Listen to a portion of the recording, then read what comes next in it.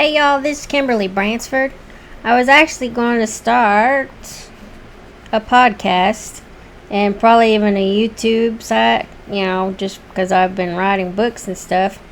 And I would like to at least share with the public. I know there's a lot of competition out there and that kind of stuff. But anyway, I'll show you at least the front cover of my book. Hopefully you can read that. It looks like it's backwards from here, but it should be the right way once I play it back. Anyway. But like in 2020, of course, with all the pandemic stuff, everybody was stuck at home, so we're trying to figure out stuff to do. I started a podcast on Anchor in 2020. And anyway, I only did one episode, and it was just me and my daughter kind of discussing the book because we had nothing better to do. Like we try to do crossword puzzles and games and all kinds of stuff during that time. But anyway, here we are in 2022. My book was actually released in like June of 2021, and now it's only had a few people that's purchased it, which I understand because I did the self-publishing route. I did try to go the traditional route, do all the query letters and that kind of stuff, and of course it was all subjective. They tell you, oh well, it just doesn't fit in with the genre or whatever, because there may be not enough of something in it or too much of something else in it, like mystery or whatever. But yeah, I went ahead and started revising the book as well, just to kind of see if that would help. I was going to try to resubmit it to a publisher, but I don't know. I mean, I don't want the book to be just like totally taken apart and totally changed. I mean, that's not cool either. You spend all this time writing something, somebody tells you, oh, it's not good enough for them. I mean, because really, the book was my idea, and the way that I wrote it should be how it should be received. But anyway, I know some of these publishers think because they've been in it for years that's they're the ones that's kind of like the end all be all in writing. But everybody's got a different perspective and different viewpoint.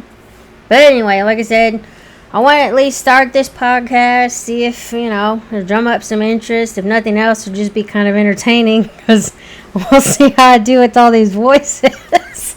I mean, there's not a whole lot in here, but there's a few male characters, and I don't have like a super male voice, I don't think. I mean, I probably sound like a little kid. Oh, I hate my voice. Anyway, we'll just see how it goes. But yeah. I just thought this would be kind of an interesting thing to do. But I'll just go ahead and jump right into it. Like I said, this will be the revised version. I'm just going to do like probably a chapter a week, just to kind of see if anybody even listens, checks it out. But anyway, pretty much we have Stephanie Sinclair and then Bobby Prescott. He changed his name. Let me make sure I say that right. Yeah. He changed his name from Prescott to Preston when he moved to Texas. He was originally from Ohio. And just so you know, I did go to Ohio. And you'll see that on the back of the book if you ever get the paperback copy. Because it's kind of an interesting thing. We went to Marietta, which is right on the edge of Virginia West Virginia and Ohio. It was kind of a cool little trip we took up there. It's kind of discovering the area. But anyway, I'll go ahead and jump into this. We'll just see how it goes. And then I'll determine if I want to continue this route or not. But anyway, chapter 1 with Stephanie. So lungs burning, starved for air, heart pounding, bruising the inside of my rib cage, drenched in sweat, hair clinging to my forehead and the back of my neck, sitting straight up in bed trying to remember where I am. A hand rubs up and down my back. I turn in the direction of the hand to see who it's connected to, noticing the gold band circling his left ring finger, reclining back, my head hitting the pillow, scooting closer, nestling into his embrace. It is then that I feel that I can relax. Seeing his face in my dreams takes me back to the last time I saw him. The taillights of the white rental car speeding away from the hotel out onto the highway. The way that he never even gave me a second glance as he drove away. The way he shoved me into the back seat, pushing me to the front door of the house he took me to. The dark room, the feel of his warm skin pressed to mine, the faint hint of cigarette smoke and soap, the ropes that encircle my wrists and ankles, the scars that are daily reminders that I was trapped, helpless, with him. It was his mercy that set me free. Some days my guilt is overwhelming. How is it that I was the one that he let go? I have seen what he did to the others. They weren't so lucky. While I am thankful that he allowed me to return to my life, he certainly didn't have to do that for me, for his brother. There is no love lost between them. His brother is not on his top 10 list, and judging by our conversation. Maybe in his own mind, he released me for selfish reasons. At some point, maybe he thought he would come back for me, that I would want to be rescued by him. That hope was dashed as soon as his brother and I tied the knot. Sure, he showed up in person, scaring the hell out of me. The letter he sent was one thing. Making an appearance in my office, that was too much. Thank goodness his brother showed up when he did. Obviously, his mental state was a bit off. Obviously, no telling what he could be capable of. Inserting myself into a family matter, or more specifically a brotherly matter, placed us on a collision course with calamitous results. I should have stayed out of it. I should have left well enough alone. I should have been patient and allowed them to work it out amongst themselves. But love can make you do some really erratic, idiotic, and unwise things. Being wooed by a serial killer was the last thing I ever thought would happen. My heart was safely held by another man, but there was one tiny, infinitesimal sliver that had his name written on it. As much as I hate to admit it, this trip only galvanized my feelings for him. After hearing his story and learning more about him, I felt an overwhelming compassion and empathy for why he did the things that he did. I was the one he let get away. William. For years I have felt this overwhelming need deep inside. It was hard to put my finger on it till she showed up. With my brother of all people. He introduced her as his fiancée. I was drawn to her even though I had this feeling that it was wrong. When she showed back up on my porch a day later by herself, I knew then that was my opportunity to act upon those feelings. I was going to show her what she was missing. My plans were short-lived when she hit me, and I inadvertently knocked her unconscious and had to find somewhere to take her. I couldn't just drive around with her like that in the car, forehead bruised from me smacking her face against the steering wheel. To anyone else, she could appear to be sleeping, but I knew what I had done. Driving back to Columbus from Williamstown, I head for the house I'm sharing with Derek Norris. I finally found a place that was comfortable and clean, and he didn't put up with drugs or alcohol. As hard as it had been on me, I have refrained from both. Everyone else still thinks I'm using. Keeping my distance from the old crowd hasn't been that hard. Thinking back to all the seedy joints I hung around, and the people makes me cringe, thinking about all the time and money I wasted to chase a high that was fleeting at best. I knew I was trying to keep the psychic pain at bay. Seeing and hearing the things that I had as a child cut me so deeply. Finding an outlet was paramount. Inflicting pain was my way of deflecting what I had felt. Seeing someone else or something suffer was gratifying. It gave me power, made me feel godlike, divine, invincible. That is exactly how I felt when I had Stephanie with me. The main problem was I didn't want to cause her pain.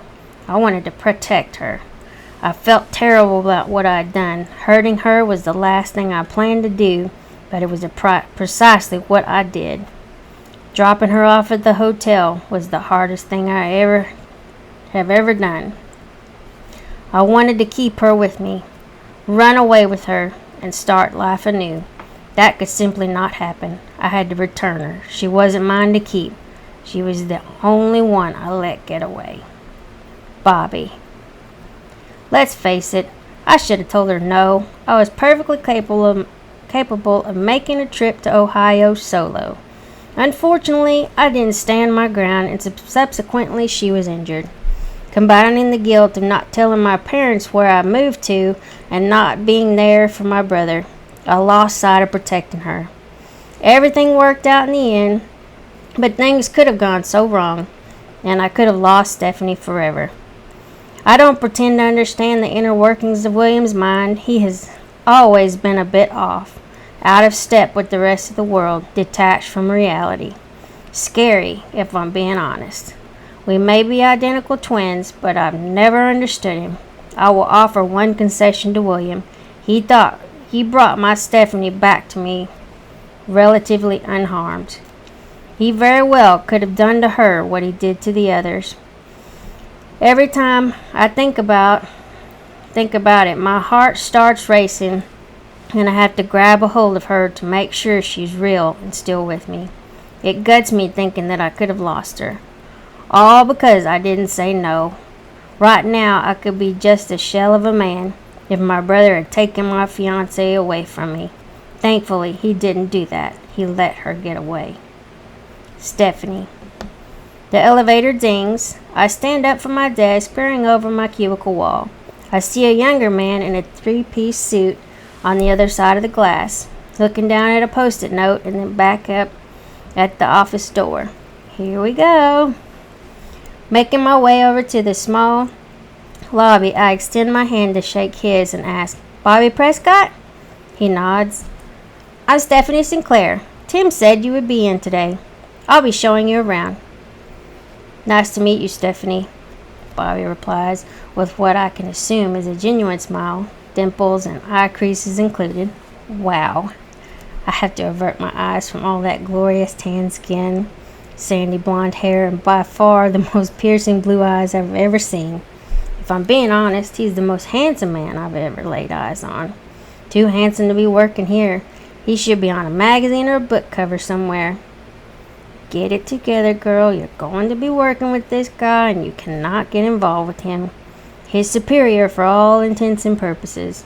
He will be looking up to you. But it sure is going to be hard, with those eyes boring into me, penetrating my soul, searching its depths. Bobby and I walk back to my cubicle so they can put his stuff down. I take him around the office, introducing him to the other staff members, telling him a little bit about each employee and what they do here.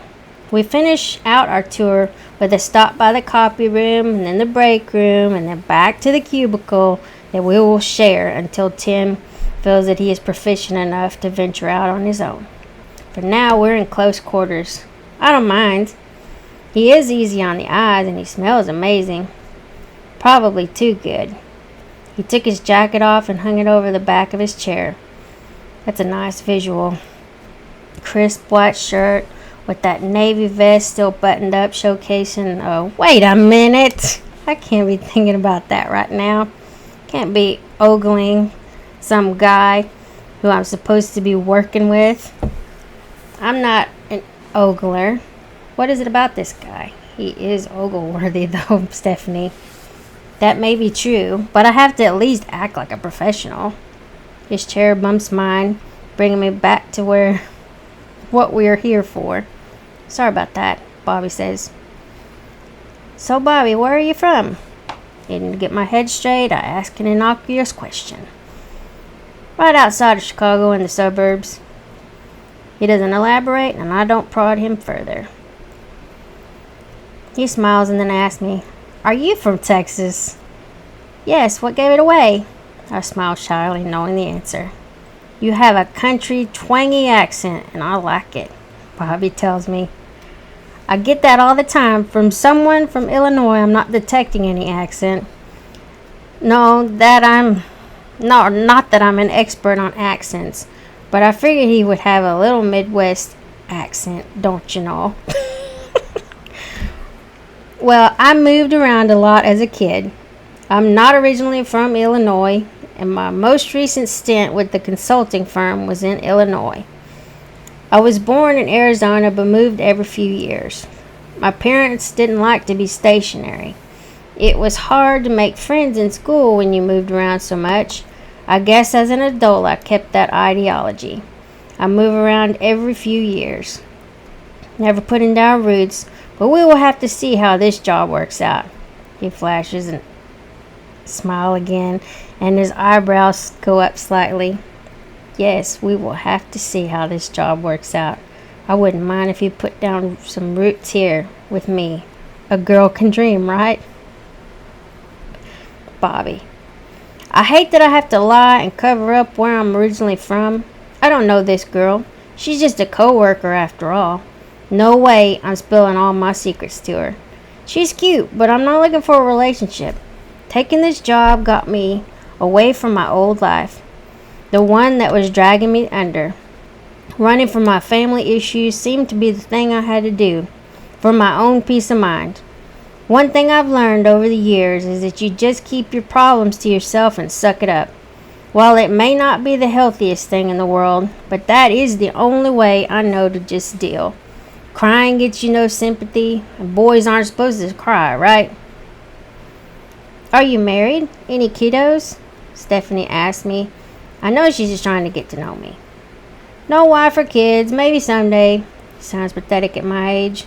Maybe if I had better examples of loving, committed marriage, I might be hitched today. I didn't, and this is why I'm still single. Honestly, not really enjoying the single life. It can be lonely.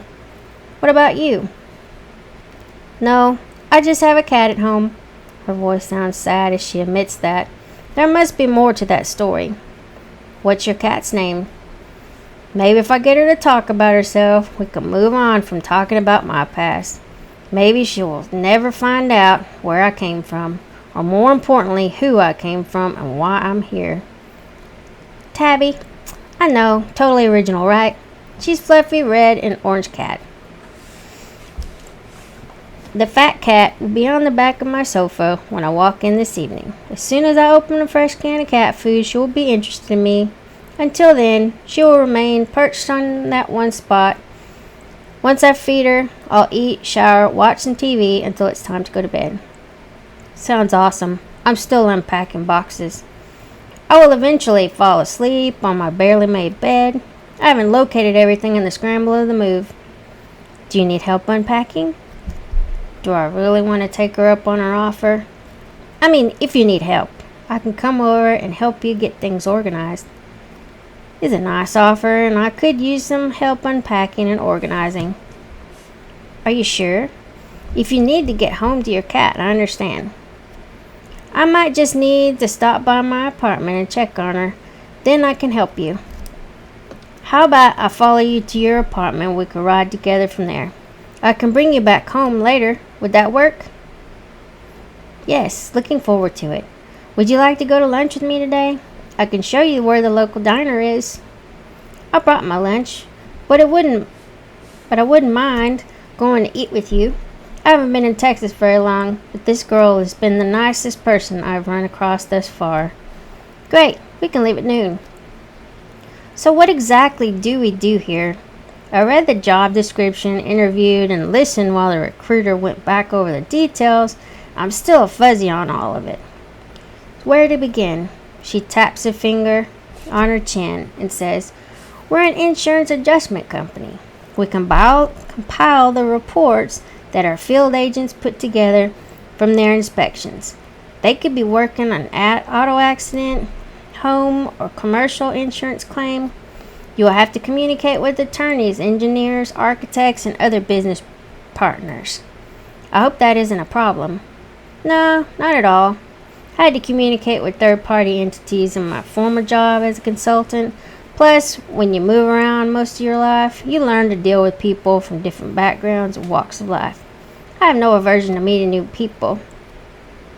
I don't mind speaking to new people on the phone, but meeting them face-to-face is a bit more challenging. I can't imagine you having trouble meeting people face to face, especially with a face like yours. I probably should have kept that to myself. Judging by her reaction, I embarrassed her. If I embarrassed you, I'm sorry. I just couldn't help but state the obvious. I'm not embarrassed. It's just been a long time since I've had anyone say anything like that to me. Hearing noise from the front door, Stephanie stands up to see over her cubicle wall and motions for someone to come over. A man walks over to Stephanie's cubicle, about my height of 6'3". Brown hair and green eyes. A little round in the belly, what you might call barrel-chested. Stephanie makes our introductions. Tim, this is Bobby Prescott. Bobby, Tim is our office manager. I stand and exchange handshakes with Tim. Bobby Prescott. Robert Prescott on paper, but my friends call me Bobby. Hi, Bobby. I'm Timothy Matthews, but I go by Tim. Is Stephanie taking good care of you? Has she shown you around and explained what we do here? She is our best girl. I noticed him wink at Stephanie. Not sure what that means. Not exactly sure that I like it. Yes, she's taken excellent care of me. She's a wonderful woman. I will have to ask Stephanie what that wink was all about. Good. You want to come to my office and we can fill out some paperwork? I will send you back to Stephanie when we're finished. Can't wait. Stephanie. Tim takes Bobby to his office. Good. I have a few minutes to breathe. I need it. His scent lingers. Maybe because his jacket is still hanging on the back of his chair. I can neither confirm nor deny that I picked up the jacket to sniff it. While Bobby is gone, I take the opportunity to get a drink from the break room. All that talking has my mouth dry. I read somewhere that dry mouth, sweaty palms, and fluttering heart could be physical signs of stress because of adrenaline and norepinephrine. Why would I be stressed about Bobby? Just because he's the most beautiful man I've ever seen. No need to freak out. And he is charming. Swoon. Those chiseled features and those eyes. I take another sip of my water, then take some cleansing breaths. Once I've calmed down enough to get back to work, I make my way to my cubicle. I look through some files and check emails while Bobby and Tim are busy. I'm so engrossed in what I'm doing, I never even notice that someone's watching over me. Turning my head, I see a familiar face and my heart sinks. Racking my brain, trying to figure out why he's standing there in this office watching me work. Didn't he do enough damage when he left? Tim is in with a new employee. What can I help you with, Gage? Gage, the green-eyed handsome devil that he is. The man that stole my heart and then shredded it to ribbons. We haven't spoken since he left. I distinctly remember Tim telling me that he told him to not show up here. Can a guy come say hi to an old friend?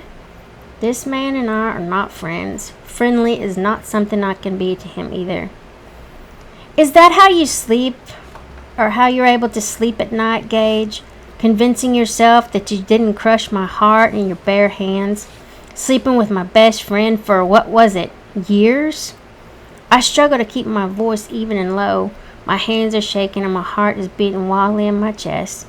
He just had to come back here.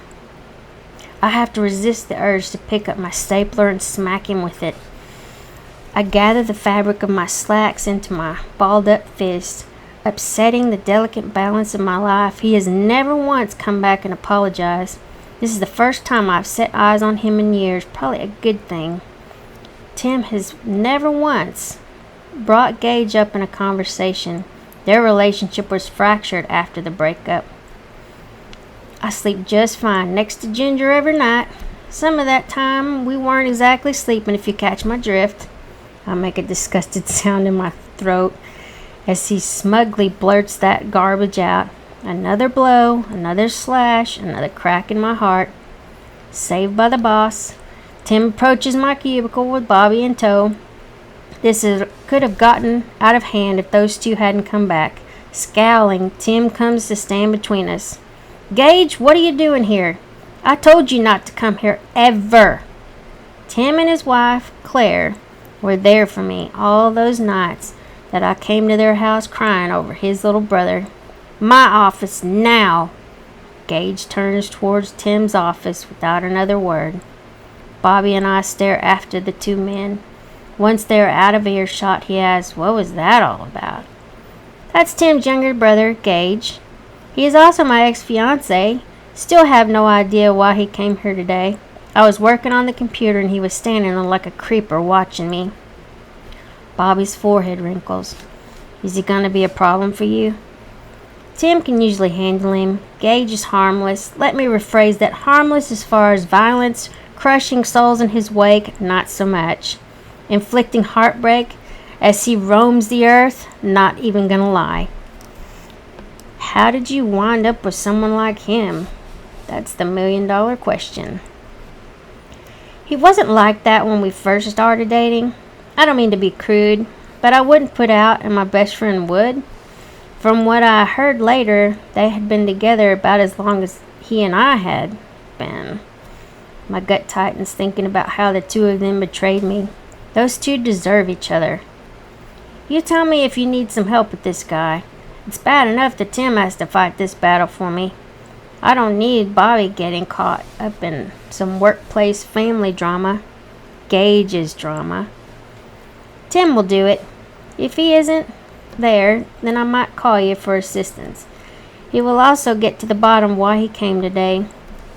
My curiosity has the best of me, but I have to wait until Tim comes back. Gage only does things when he's feeling desperate. Something is definitely off with him.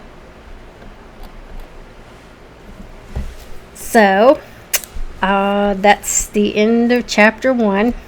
I know that wasn't like a perfect reading, and I do apologize, but I did try to, do it as best I could. But hopefully, it's kind of intriguing. You kind of want to know more, and I will at least try to keep up with the podcast and maybe making some more videos.